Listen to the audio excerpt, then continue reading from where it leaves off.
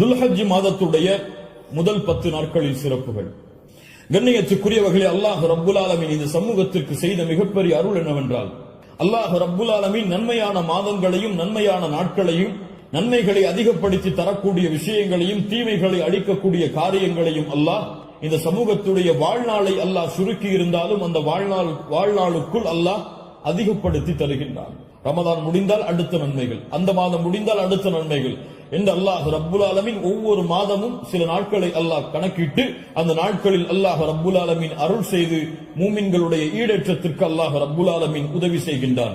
கண்ணியத்துக்குரியவர்களே, அந்த அடிப்படையில் ரமதானுடைய மாதத்திற்கு பிறகு அல்லாஹ்விடத்திலே மிக கண்ணியமான, அல்லாஹ்விடத்திலே மிக சிறப்பு பெற்ற நாட்களை இன்ஷா அல்லாஹ் நாம் அடையப் போகின்றோம். அந்த நாட்கள் தான் துல்ஹஜ் மாதத்துடைய முதல் 10 நாட்கள். அல்லாஹ் ரப்புல் ஆலமீன் அவனுடைய புத்தகம் அல் குர்ஆனிலே சூரா ஹஜ்ஜுடைய 28வது வசனத்திலே ஹஜ்ஜை பற்றி இப்ராஹிம் அலைஹிஸ்ஸலாம் அவர்களை அறிவிக்க சொல்லுகின்றான்.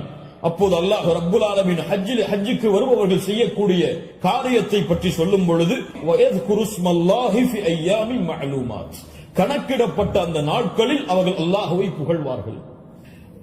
இமாம் இப்னு அப்பாஸ் ரலியல்லாஹு அன்ஹுமா கணக்கிடப்பட்ட நாட்களில் அல்லாஹ்வை புகழ்வார்கள் என்று அல்லாஹ் கூறுகிறானே, அந்த கணக்கிடப்பட்ட நாட்கள் எதுவென்றால் அய்யாமுல் அஷ்ர் அல்-அவாயில் மின் துல்ஹிஜ்ஜா, துல்ஹஜ் மாதத்துடைய முதல் 10 நாளைத்தான் அல்லாஹ் இங்கே குறிப்பிடுகிறான் என்று இப்னு அப்பாஸ் ரலியல்லாஹு அன்ஹுமா அவர்கள் சொன்னார்கள். அல்லாஹ் ரப்புல் ஆலமீன் சூரத்துல் ஃபஜ்ரை ஆரம்பம் செய்கிறார், வல் ஃபஜ்ர் வலயாலின் அஷ்ர்.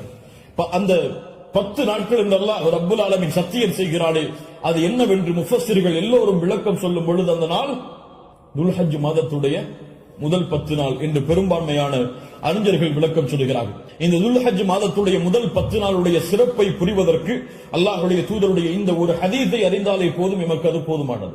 புகாரி ரஹிமஹுல்லாஹ், அபூ தாவூத், திர்மிதி போன்ற கிரந்தங்கள் எல்லாம் பதிவு செய்யப்படுகிறது.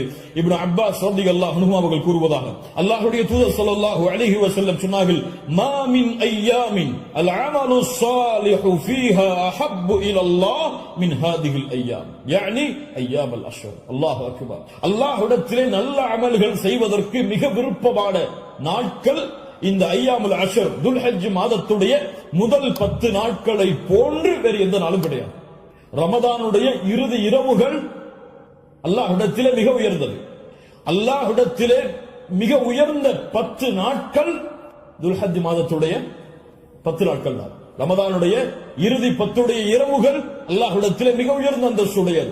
அதை விட ரமதானுடைய மாதத்திற்கு பிறகு துல்ஹஜ் மாதத்துடைய முதல் 10 நாட்கள் அல்லாஹ்விடத்திலே மிக உயர்ந்தது. இந்த ஹதீஸை சொன்னவுடன் சஹாபாக்கள் கேட்டார்கள், வலல் ஜிஹாது ஃபீ சபீலில்லாஹ், அல்லாஹ்வுடைய பாதையில் போராடுவதை விடவும் இந்த நாளிலே செய்யக்கூடிய அமல்கள் மிக உயர்ந்ததா?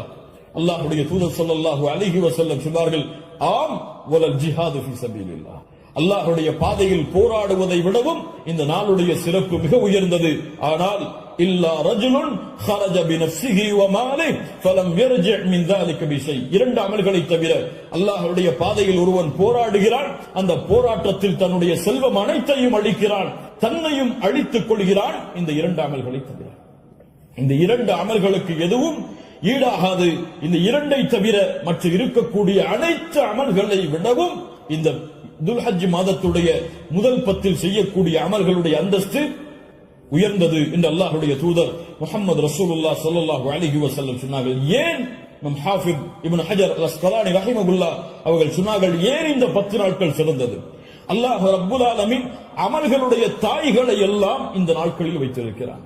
வேறு எந்த நாட்களிலும் செய்ய முடியாத அமல்களை அல்லாஹ் இந்த நாளிலே வைத்திருக்கிறான். ஏன்? இந்த நாளில், இந்த 10 நாட்களில் அல்லாஹ்வை தொழலாம், இந்த 10 நாட்களில் அல்லாஹ்விற்கு நோன்பு இருக்கலாம், இந்த 10 நாட்களில் சதகா செய்யலாம், இந்த 10 நாளில் அல்லாஹ்விற்கு அறுத்து பலியிடலாம், இந்த 10 நாளில் வேறு எந்த நாளிலும் செய்ய முடியாத ஹஜ்ஜை நிறைவேற்றலாம். எல்லா அமல்களும் ஒன்று சேரக்கூடிய நாட்களாக இந்த 10 நாட்கள் இருப்பதால் அல்லாஹ்விடத்திலே அல்லாஹ்வுடைய கணக்கீட்டுடைய நாட்களில் இந்த நாட்களை போன்ற அந்தஸ்துடைய நாட்கள் கிடையாது என்று இமாம் ஹாஃபிஸ் இப்னு ஹஜர் அஸ்கலானி ரஹிமஹுல்லாஹ் அவர்கள் சொன்னார்கள். இந்த நாட்களில் நோன்பு வைக்கலாமா? இதில் வரக்கூடிய 10 நாளில் 10வது நாள் நோன்பு வைப்பது ஹராம். ஏன்? ஈதுடைய நாள். இந்த 10வது நாளை தவிர வரக்கூடிய 9 நாளும் நோன்பு வைப்பது சுன்னாவா? முஸ்லிம் ரஹிமஹுல்லா இல்மை தேடக்கூடிய மாணவர்கள் என்பதால் இந்த விளக்கங்களை கொடுக்கிறேன். முஸ்லிம் ரஹிமஹுல்லா அவர்கள் சொன்னார்கள், ஆயிஷா ரலியல்லாஹு அன்ஹா அவர்கள் கூறுவதாக, மா ரஅய்து ரசூலுல்லாஹி ஸல்லல்லாஹு அலைஹி வஸல்லம் ஸாயிமன் ஃபில் அஷ்ர் கத்து. கொஞ்சம் குழப்பமா இருக்கும், புரிய முயற்சி. அல்லாஹ்வுடைய தூதர் துல்ஹஜ் மாதத்துடைய முதல் 10 நாட்களும் ஒருபோதும் நோன்பு வைத்ததில்லை. யாருடைய அறிவிப்பு? ஹஃப்ஸா ரலியல்லாஹு அன்ஹா யார்? அல்லாஹ்வுடைய தூதருடைய மனைவிதான். நஸை போன்ற கிரந்தங்களில் சஹீஹான அறிவிப்பாக பதிவு செய்யப்படுகிறது, லம் யத ரசூலுல்லாஹி ஸல்லல்லாஹு அலைஹி வஸல்லம் ஸியாம திஸ்இல் ஹிஜ்ஜா. அல்லாஹ்வுடைய தூதர் ஸல்லல்லாஹு அலைஹி வஸல்லம் துல்ஹஜ் மாதத்துடைய முதல் 9 நாளும் எப்போதும் நோன்பை விட்டதில்லை. ஒரு ஹதீஸ் என்ன சொல்கிறது? இப்ப இரண்டுக்கும் முரண்பாடு வருகிறது, இரண்டையும் மறுத்து விடலாமா? உலமாக்கள் இரண்டையும் எப்படி சேர்த்து புரிவது என்பதை சொல்லுகிறார். இதான் ஃபஹ்மு ஃபில் இல்ம், இல்மை புரிந்து கொள்வதுடைய அடிப்படை. எப்படி இரண்டையும் சேர்த்து பார்ப்பது? ஆயிஷா ரலியல்லாஹு அன்ஹா என்ன சொல்கிறார்கள்? முதல் இரண்டு அடிப்படைகள் புரிவது. முதல் அடிப்படை, ஆயிஷா ரலியல்லாஹு அன்ஹா என்ன சொல்கிறார்கள்? அல்லாஹ்வுடைய தூதர் 10 நாளும் துல்ஹஜ் மாதத்திலே நோன்பு வைத்ததில்லை. ஏன் 10 நாளும் ஒருவரால் நோன்பு வைக்க முடியாது? ஏன்? 10ஆவது நாளில் ஈத் வருகிறது. அதனால் அல்லாஹ்வுடைய தூதர் 10 நாளும் என்று சேர்த்து சொல்கிறார்களே தவிர முதல் 9 நோன்பு வைக்கவில்லை என்று ஆயிஷா ரலியல்லாஹு அன்ஹா சொல்லவில்லை. 10 நாளும் சேர்த்து நோன்பு வைக்கவில்லை என்று ஆயிஷா ரலியல்லாஹு அன்ஹா சொல்கிறார்கள் என்று புரிந்தால் இது சிறந்தது. அப்படியும் இல்லை என்றால் ஹதீஸ் கலையிலே ஒரு சட்டம் இருக்கிறது, கவுலுல் முஸ்பித் முகத்தமுன் அலா கவுலின் நாஃபி. மறுக்கக்கூடியவருடைய சொல்லை விட உறுதிப்படுத்தக்கூடியவருடைய சொல்லுக்கு பலம் அதிகம். மறுப்பவர் மறதியில் மறுக்கலாம், ஆனால் உறுதிப்படுத்துபவர் மறதியிலோ அல்லது இட்டுக்கட்டப்பட்ட நிலையிலோ உறுதிப்படுத்த மாட்டார். ஒன்று பார்க்காமல் இருக்கலாம், அல்லாஹ்வுடைய தூதருடைய வாழ்வில் அவர்கள் அதை பார்க்காமல் இருக்கலாம். அந்த நாளில் அல்லாஹ்வுடைய தூதர் ஆயிஷா ரலியல்லாஹு அன்ஹாவோடு இல்லாமல் இருந்திருக்கலாம். ஆனால் ஹஃப்ஸா ரலியல்லாஹு அன்ஹா உறுதிப்படுத்துகிறார்கள். உறுதிப்படுத்துபவர் மறதியில் உறுதிப்படுத்த முடியாது, உறுதிப்படுத்துபவர் பார்க்காமல் உறுதிப்படுத்த முடியாது. அதனால் இந்த சட்டத்தின் அடிப்படையிலும் அல்லாஹ்வுடைய தூதர் 9 நாள் நோன்பு வைத்தார்கள் என்ற ஹதீஸ் தான் உயர்ந்த தரமுடையது என்று ஹதீஸ் கலையுடைய அறிஞர்கள் விளக்கம் சொல்கிறார்கள்.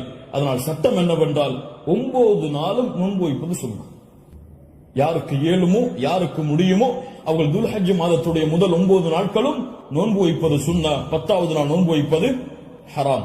நோன்புடைய சிறப்புகளை பற்றி நமக்கு தெரியும். அல்லாஹ்வுடைய பாதையில் ஒருவர் அல்லாஹ்வுடைய முகத்தை நாடி ஒரு நாள் நோன்பு வைத்தால் பஅதல்லாஹு வஜ்ஹஹு அனின் நாரி 70 ஹரீஃபா. ஹரீஃபா என்றால் ஆம். அல்லாஹ்வுடைய தூதர் ஸல்லல்லாஹு அலைஹி வஸல்லம் சொன்னார்கள், அல்லாஹ்வுடைய பாதையில் அல்லாஹ்வுடைய முகத்தை நாடி ஒருவர் ஒரு நாள் நோன்பு வைத்தால் அல்லாஹ் ரப்புல் ஆலமீன் அவருடைய முகத்தை நரகத்தில் இருந்து 70 ஆண்டுகள் தூரமாக்குகிறார். அல்லாஹு அக்பர். அல்லாஹ் ரப்புல் ஆலமீன் அந்த பாக்கியத்தை நமக்கு கொடுப்பானாக. அல்லாஹ்வுடைய தூதர் ஸல்லல்லாஹு அலைஹி வஸல்லம் துல்ஹஜ் மாதத்துடைய முதல் 10 நாட்களில் வரக்கூடிய யௌமு அரஃபா, அரஃபாவுடைய தினத்துடைய சிறப்பை பற்றி சொன்னார்கள். மா மின் யௌமின் அக்ஸர மின் அய்யுஅதிகல்லாஹு ஃபீஹி அப்தன் மினன் நார் மின் யௌமி அரஃபா. அல்லாஹ் ரப்புல் ஆலமீன் அதிகமான நரக விடுதலையை கொடுக்கக்கூடிய நாள் அது அரஃபாவுடைய நாள் தான். அரஃபாவுடைய நாளில் அல்லாஹ் முதல் வானத்திற்கு வருகிறான். எப்படி வருகிறான்? ஏன் வருவான்?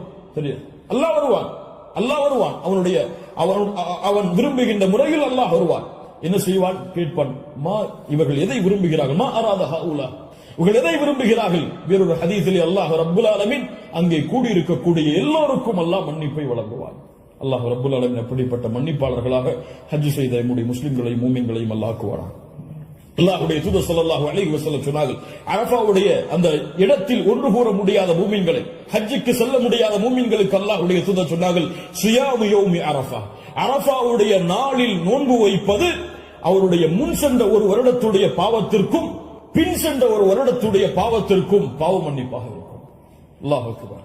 முன் சென்ற வருடத்துடைய ஒரு வருட பாவம் பின் சென்ற வருடத்துடைய ஒரு வருட பாவத்திற்கு மன்னிப்பாக அமையும் என்று அல்லாஹ்வுடைய தூதர் ஸல்லல்லாஹு அலைஹி வஸல்லம் சொன்னார்கள். அல்லாஹ்வுடைய தூதர் ஸல்லல்லாஹு அலைஹி வஸல்லம் சொன்னார்கள், அஃதலு துஆ துஆஉ யௌமி அரஃபா, துஆக்களில் மிக சிறந்தது அரஃபாவுடைய தினத்தில் கேட்கப்படும் துஆவாகும். அல்லாஹ்வுடைய தூதர் ஸல்லல்லாஹு அலைஹி வஸல்லம் சொல்லிவிட்டு சொன்னார்கள், நானும் எனக்கு முன்னால் சென்ற நபிமார்களும் கூறிய வார்த்தைகளில் மிக சிறந்தது எது? லா இலாஹா இல்லல்லாஹ் வஹ்தஹு லா ஷரீக லஹ், லா இலாஹ இல்லல்லாஹ் வஹ்தஹு லா ஷரீக லஹ். இதுதான் மிகச் சிறந்தது அரஃபாவுடைய தினத்தில் கேட்கப்படக்கூடிய துஆ. கண்ணியத்துக்குரியவர்களே, இந்த 10 நாட்களில் அதிகமான அமல் செய்யக்கூடிய மூமின்களாக இருப்போம்.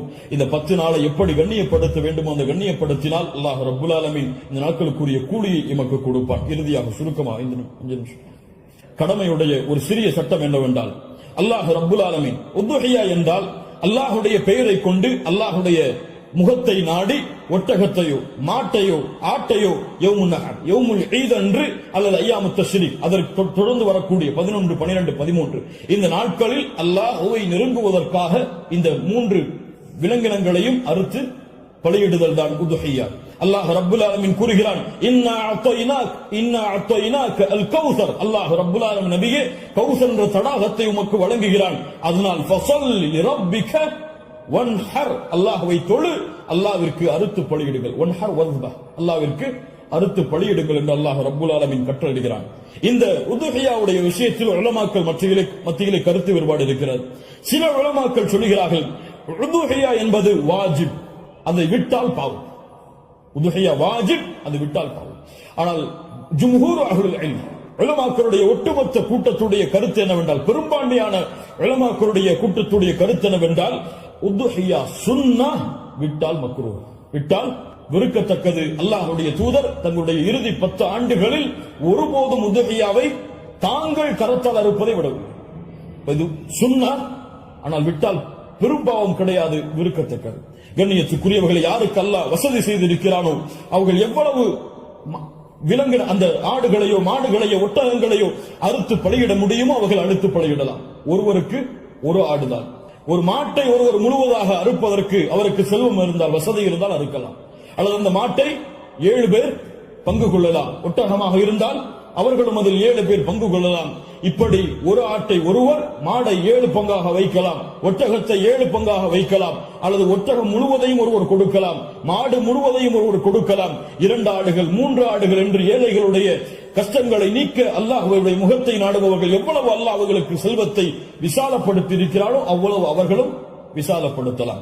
அந்த விலங்கினங்களுடைய சட்டம் என்ன?